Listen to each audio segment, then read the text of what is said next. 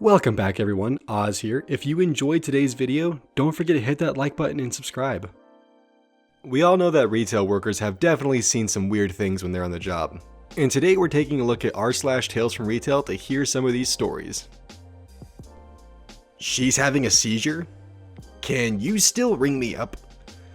Not much backstory. As you can probably guess from the title, I'm epileptic and have seizures. Thankfully, my store was actually super understanding of my disability and did everything to help me. This is a mixture of what I remember and what I was told by my managers what happened. There is only one register in the store where you can get cigarettes, lighters, certain more expensive liquor, etc. And I happened to be the one working that register. Everything was going completely fine with the usual customer banter when an aura hit me, and it hit me hard. For those of you that are unfamiliar, an aura is kind of like a warning sign before a seizure that only you can feel, but can do nothing about. It could be a funny smell, hallucinations, the feeling of slipping out of reality, a number of things. Anyway, for me this time, it was the feeling that everything was moving in slow motion. Last thing I remember was scanning a box of golf balls and the customer requested marble gold. Then feeling frozen in place, which apparently I actually was. I heard this right before I blinked out. Hello? Hello? Hello? What the hell is wrong with you? I said I wanted a box of Marlboro Gold. Are you even listening to me? I can't believe this. Marlboro Gold. Do you even know what that is? Are you an idiot? And then I was gone. I woke up on the floor surrounded by my managers. One customer was awesome enough to run and get help. From what I understand, the whole time I was on the floor having a seizure, the customers in line were watching this and actually to the managers helping me about how I must be on drugs, and they still expected to be rung up despite them trying to explain I was having a seizure. They were telling the managers to just step over me to get their smokes and lighters for them and to get to the register. Then causing a huge scene when they refused. They said they actually had to radio security to come and shoo people away. It just blows my mind that people can act this way. Look, I'm sorry I'm having a seizure and can't get your cigarettes for you, but I don't exactly have any control over this. I think you'll survive without your smokes and lighters for a few more minutes. Makes me sad this is the world we live in sometimes. If you don't know how serious a seizure can be, please look it up, because this situation right here with the response of just step over them could have literally killed them. Just gonna point that out. Are you literally just ignoring me? I'm a field clerk. A man comes up to my window, doesn't respond to me greeting him, sets a Coke on the counter thing, and just looks back down at his phone, not only ignoring my existence, but avoiding looking at me at all. Will that be it for you? No response. Maybe he didn't hear me for some reason. Will that be it for you tonight? Still no response. Not even any form of eye contact or acknowledgement. Just standing there, looking at everything in existence but me. I'm getting pretty offended but trying to remain customer servicey, so I raise my voice to a low-key holler like I'm talking to an older person. Is that going to be it for you tonight? He finally looks up for maybe a second, like he just noticed someone was in front of him, and ever so slightly nods yes to my general direction while typing on his phone and blatantly ignoring me. Alright, it'll be 2:06. No response. At this point, I just want him gone. Did you want debit or credit? No response. He's getting credit. Before I even pass him the receipt, he's walking away still without saying a word to me. Good riddance. This story has a nice twist, so stay tuned till the end.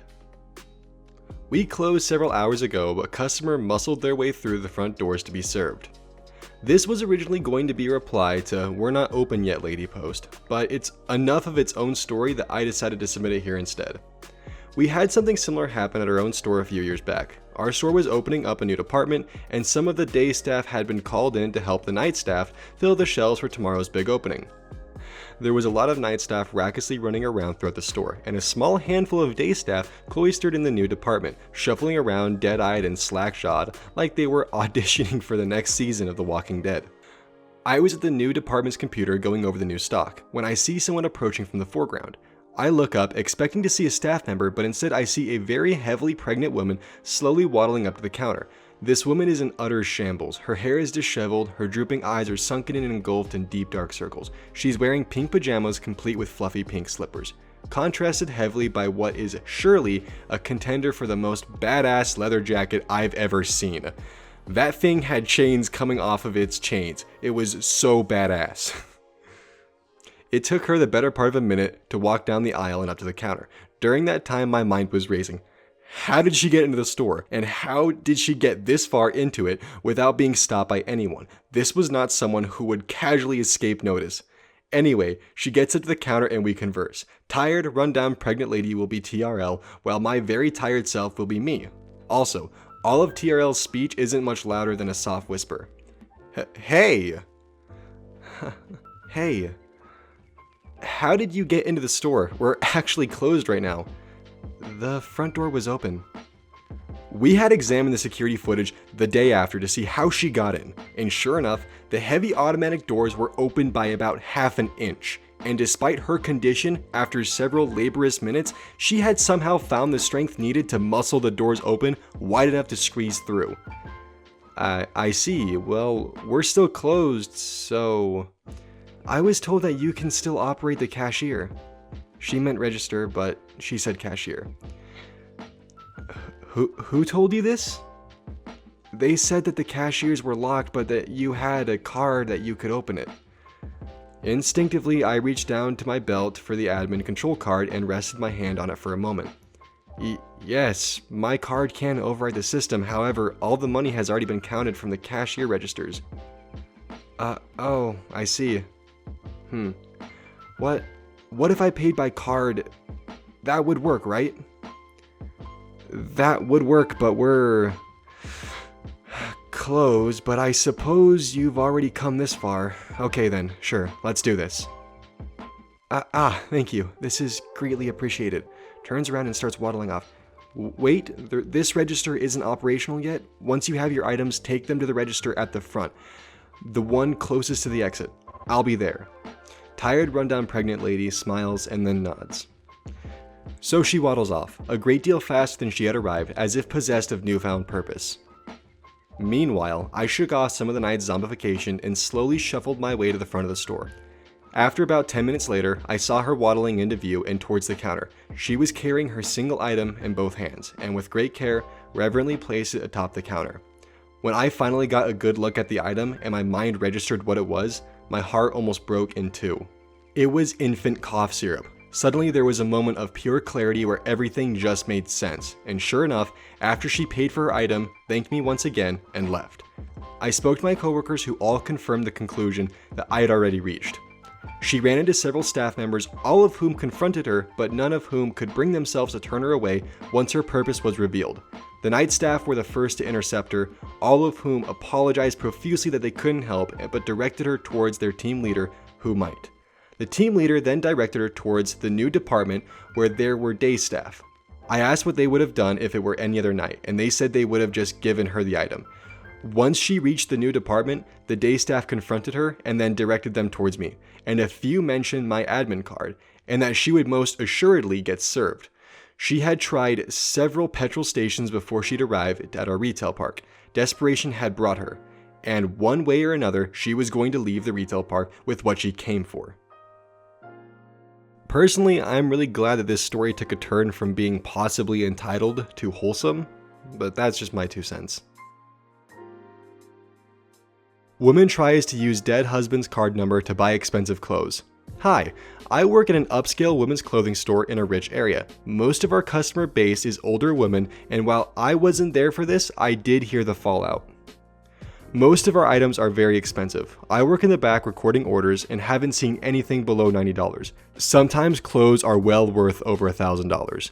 I'm glad I work there because out in front it's a madhouse. A lot of pay for people who sell is based off of how much sales they do, and people will frequently take shady customers for a sale.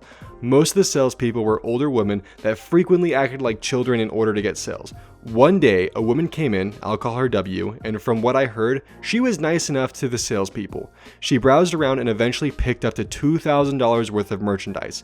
One of the salespeople, I'll call T, was eager to ring her up and get that sweet commission money.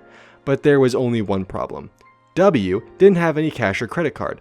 W had told T that her husband had died very recently and that W had memorized her husband's card number in her head, and that's how she was going to buy it. T was eager to go ahead with the transaction. Something I should note about T is that her husband died very recently at the time of the sale, so it's likely T empathized with W and that's why she believed her. W enters the card number wrong 2 times, which our assistant manager notices. Our assistant manager, C, isn't an official assistant manager, more of a secretary that is the only reason why this place hasn't gone under. She isn't bound by sales commissions and therefore has no moral compass about these things. C asks what's going on and W explains to her. C doesn't believe W, especially when W has gotten her husband's card number wrong twice. C explains to W that she can't complete the transaction and is welcome to come back with a card to complete it. W says okay and walks out. T was annoyed at C for not allowing her to complete the sale, but after T cooled off, she understood why C did that. W never came back. C theorizes that the story W gave wasn't real and that she was trying to pull a fast one, especially since W never came back. I theorize that the husband was alive and certainly didn't know about this transaction.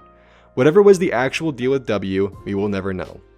Edit. I talked to C about it again and C told me that W said that the clothes were for her husband's funeral. C had doubts. If you enjoyed this episode, please consider subscribing if you haven't already, and I'll see you all next time.